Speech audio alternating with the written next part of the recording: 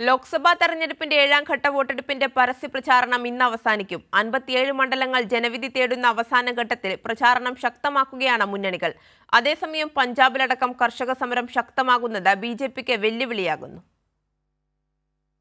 57 മണ്ഡലങ്ങൾ ജനവിധി തേടുന്ന 7ാം ഘട്ടത്തിന്റെ പരസ്യപ്രചാരണം അവസാനിക്കാനിരിക്കെ അവസാനഘട്ട പ്രചാരണം ശക്തമാക്കുകയാണ് മുന്നണികൾ.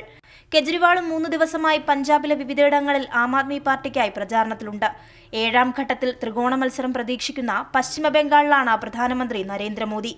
6ാം ഘട്ടത്തിൽ പോളിംഗ് ശതമാനം കുറഞ്ഞതിന് പിന്നാലെ ആശങ്കയിലായ ബിജെപി അവസാന ഘട്ടത്തിൽ പരമാവധി വോട്ടർമാരെ പോളിംഗ് ബൂത്തിലെത്തിക്കാനുള്ള പരിശ്രമത്തിലാണ്. 904 സ്ഥാനാർത്ഥികൾ ജനവിധി തേടുന്ന 7ാം ഘട്ടത്തിൽ പ്രധാനമന്ത്രി നരേന്ദ്രമോദി അടക്കം മത്സരരംഗത്തുണ്ട്.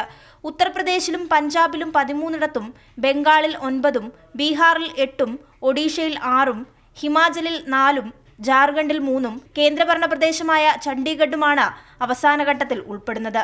പഞ്ചാബിൽ കർഷക പ്രക്ഷോഭം ശക്തമാകുന്നത് ബിജെപിക്ക് വെല്ലുവിളിയാവുകയാണ്.